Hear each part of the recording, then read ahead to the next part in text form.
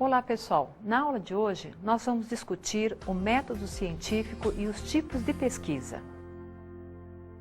Vamos começar falando um pouco sobre o método científico, mais precisamente sobre método. Eu gostaria que vocês pensassem a respeito de todos os métodos que vocês usam no dia a dia. Guilherme Galiano diz o seguinte, que qualquer pessoa civilizada é como uma ilha cercada de métodos por todos os lados, ainda que nem sempre se dê conta disso. Bom, eu gostaria que vocês pensassem num exemplo. Se vocês acordam pela manhã atrasados, têm que trabalhar. Aí você, correndo, começa a se vestir. Mas nessa pressa você não observa que calça primeiro os sapatos, para só então pegar as meias. O que você percebe? Que você cometeu um erro, você inverteu uma etapa desse método de se vestir.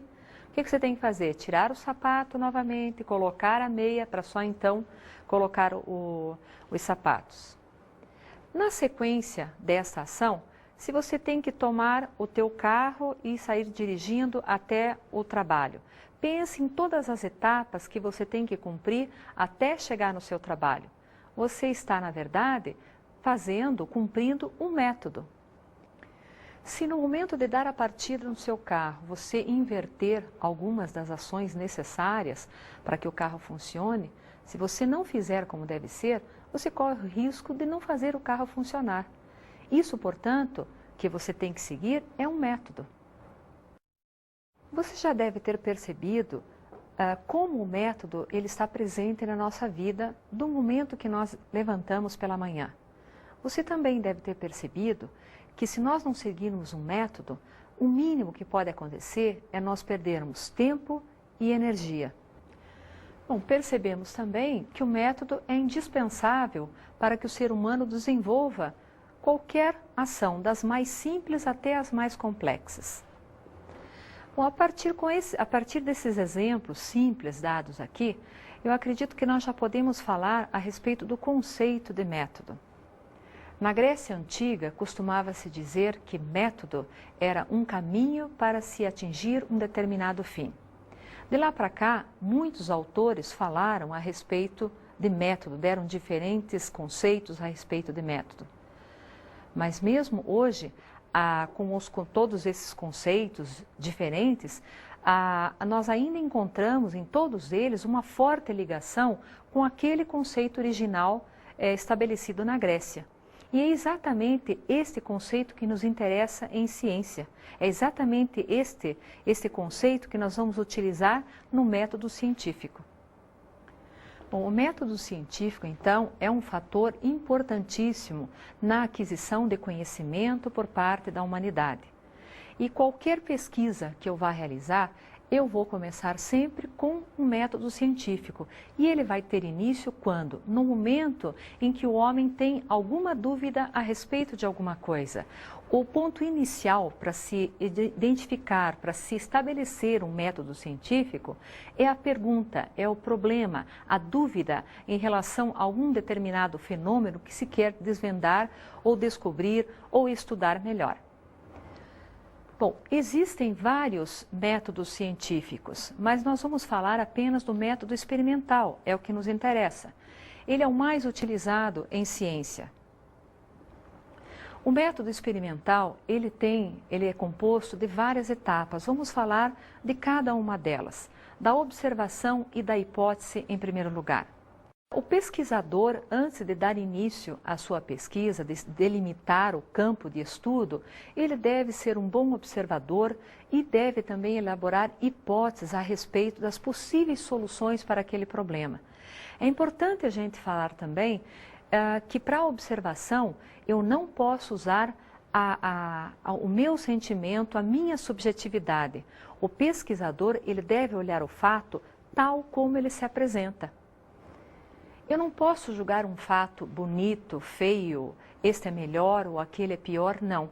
Eu tenho que me ater exatamente ao fenômeno. Isso é uma observação objetiva. Depois que eu proceder a essa observação objetiva, eu posso então pensar nas possibilidades de solução para aquele problema. Para essa possibilidade de solução, eu vou dar o nome de hipótese. Uma coisa importante, a observação e a hipótese, elas estão muito relacionadas. E elas não acontecem numa ordem exatamente, primeiro a observação e depois a hipótese, não. Quando você estiver fazendo uma análise sobre o que estudar, sobre o que pesquisar, você vai perceber que a observação e a hipótese, elas caminham juntas, porque ora você faz hipótese de alguma coisa, ora você observa. Então, elas estão, na verdade, interligadas para que o pesquisador possa prosseguir no seu trabalho. Veja, depois que o pesquisador já delimitou todo o seu campo de estudo, o que é que ele vai fazer exatamente, ele pode partir para a experimentação. Essa é a parte da pesquisa propriamente dita. É quando o pesquisador vai a campo e vai testar tudo aquilo que ele se propôs no início, lá quando ele fez a observação, quando ele fez a hipótese. Nesse momento da experimentação é que o pesquisador vai utilizar a entrevista, o questionário, ele pode fotografar, ele pode filmar, enfim, ele pode utilizar todos os recursos que forem necessários para ele recolher os dados para a pesquisa a qual ele se propôs no início. É através da experimentação que o pesquisador vai obter a confirmação ou não da hipótese estabelecida no passo anterior. Finalmente, nós temos a generalização. É exatamente neste ponto em que o pesquisador vai usar o seu raciocínio lógico indutivo, ou seja, ele pesquisou os elementos que ele precisava para a pesquisa, mas veja, ele pesquisou no particular e ele vai então fazer a generalização para o geral. Ele vai utilizar nesse momento o raciocínio lógico indutivo. A grande força, então, do método científico é a possibilidade que ele dá ao homem de novas descobertas, de novas verdades, fazer relações entre fenômenos que acontecem no mundo em que vivemos. Tudo isso nos leva a pensar a respeito da ciência, das verdades descobertas pela ciência. Nós vamos falar do caráter provisório da ciência. Veja que apesar de todo esse rigor científico, de todo esse caminho traçado que o pesquisador faz, esse cuidado com o método, nós atingimos um objetivo? Sim, com certeza a pesquisa nos leva a isso. Mas é preciso não esquecer do seguinte, que todas essas verdades conseguidas através de pesquisa que o método científico nos possibilita, ainda assim, as verdades são provisórias. Eu não posso achar que aquilo que eu descubro hoje vai ser válido para sempre. Por quê?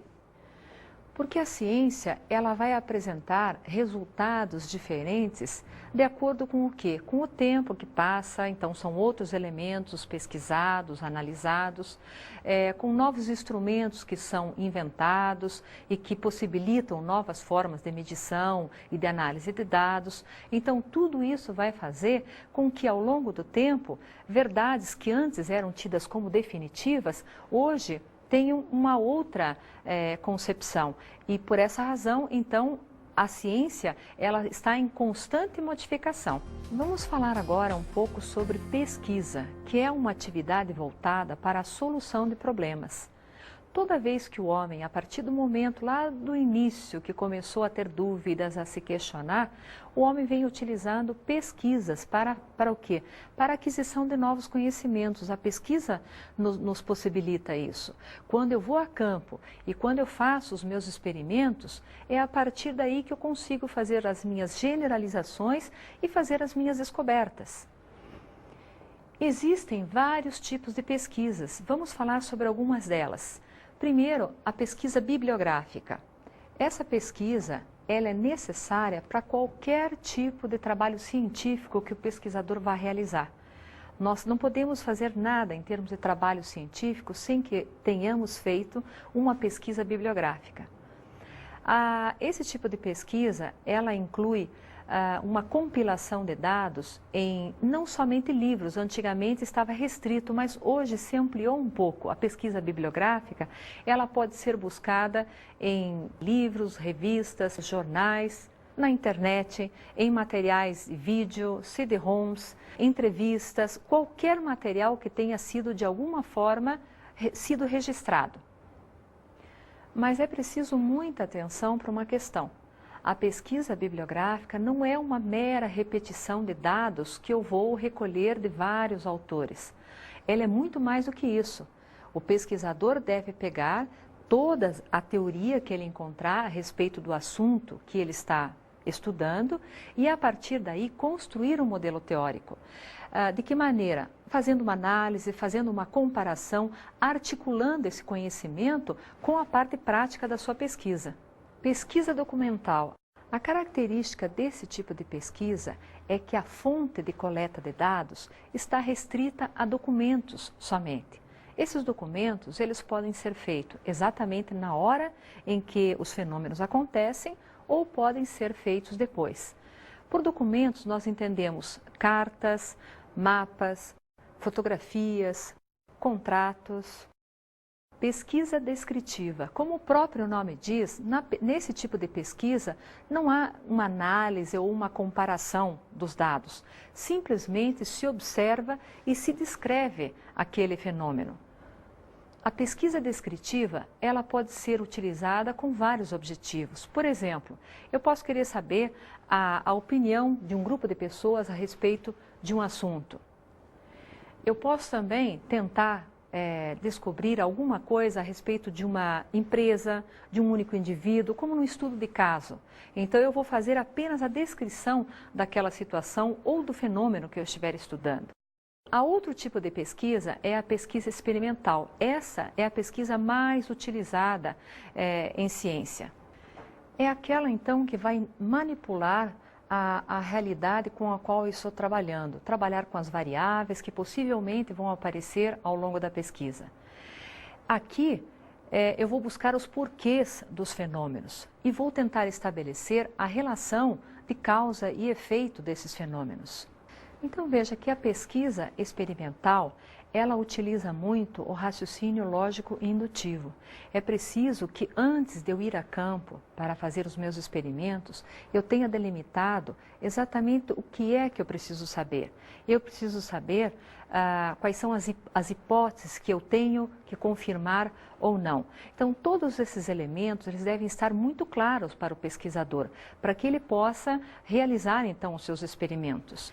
Existem dois tipos de pesquisa experimental. Uma delas é a pesquisa de campo e a outra é a pesquisa de laboratório. Como é que nós trabalhamos com cada uma delas? Vamos ver. Na pesquisa de campo, eu vou coletar os dados exatamente onde os fenômenos acontecem.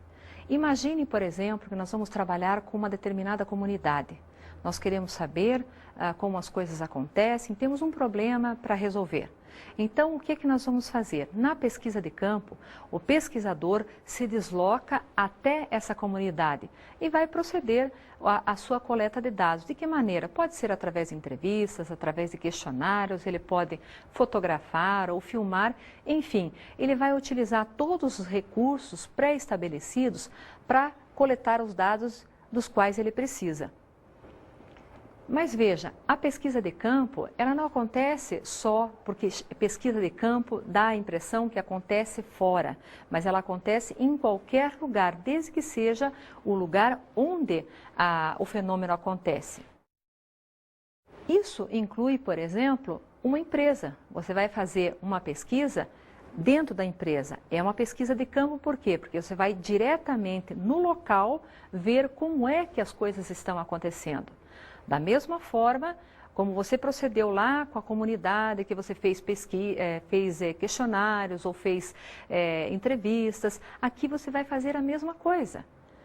Você pode sim fazer questionários, entrevistas, conversar com essas pessoas, filmar, e vai ser isto uma pesquisa de campo, porque você vai estar coletando os dados exatamente com as pessoas e onde o fenômeno acontece.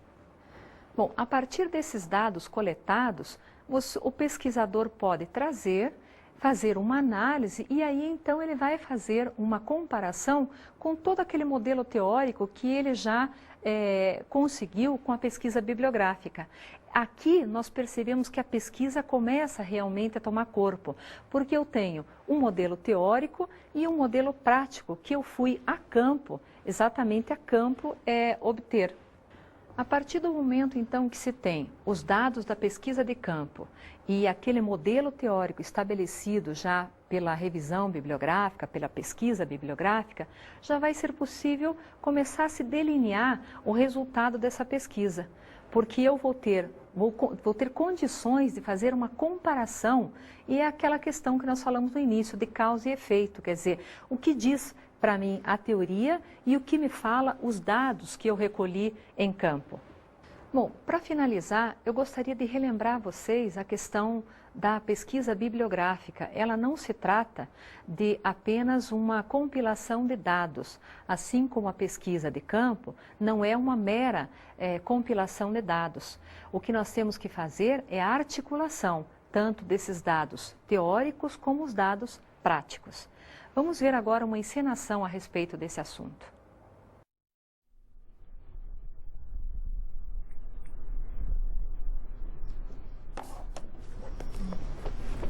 Oi.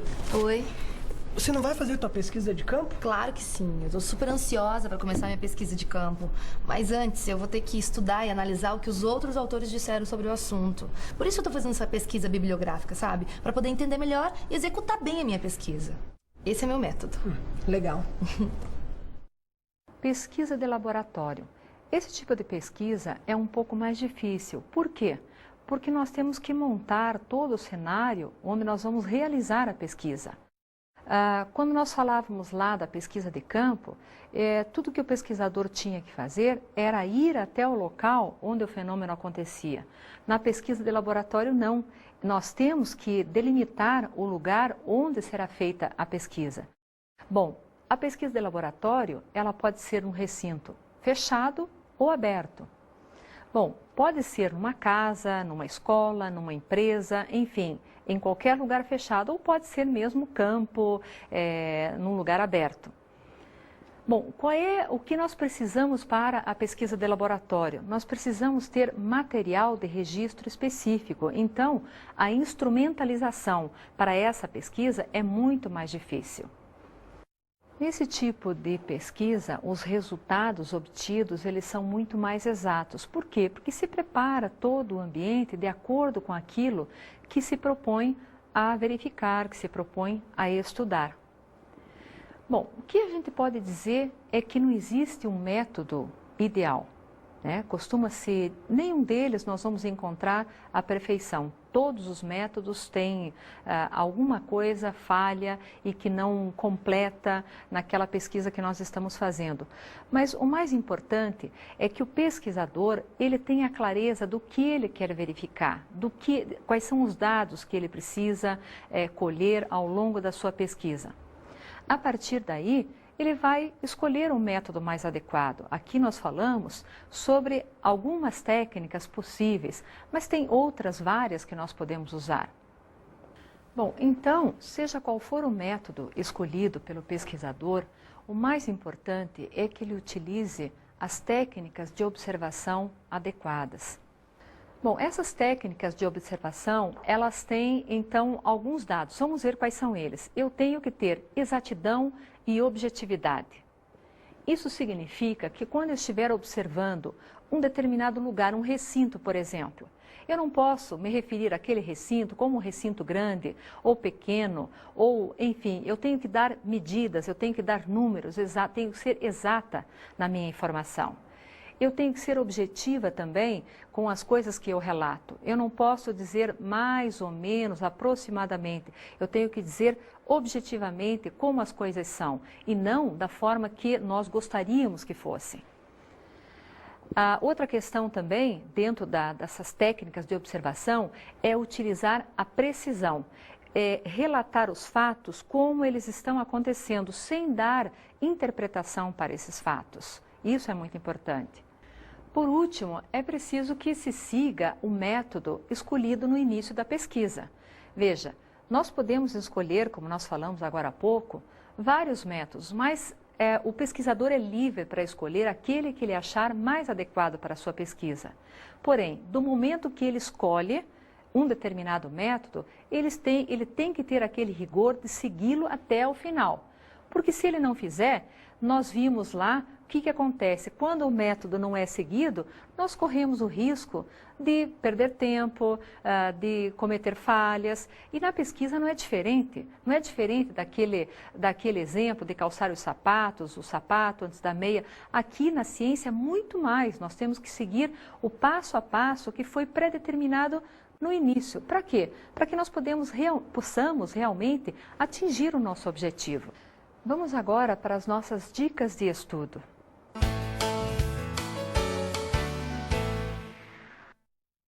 A minha dica de estudo é a leitura do texto Generalidades Introdutórias sobre o Método.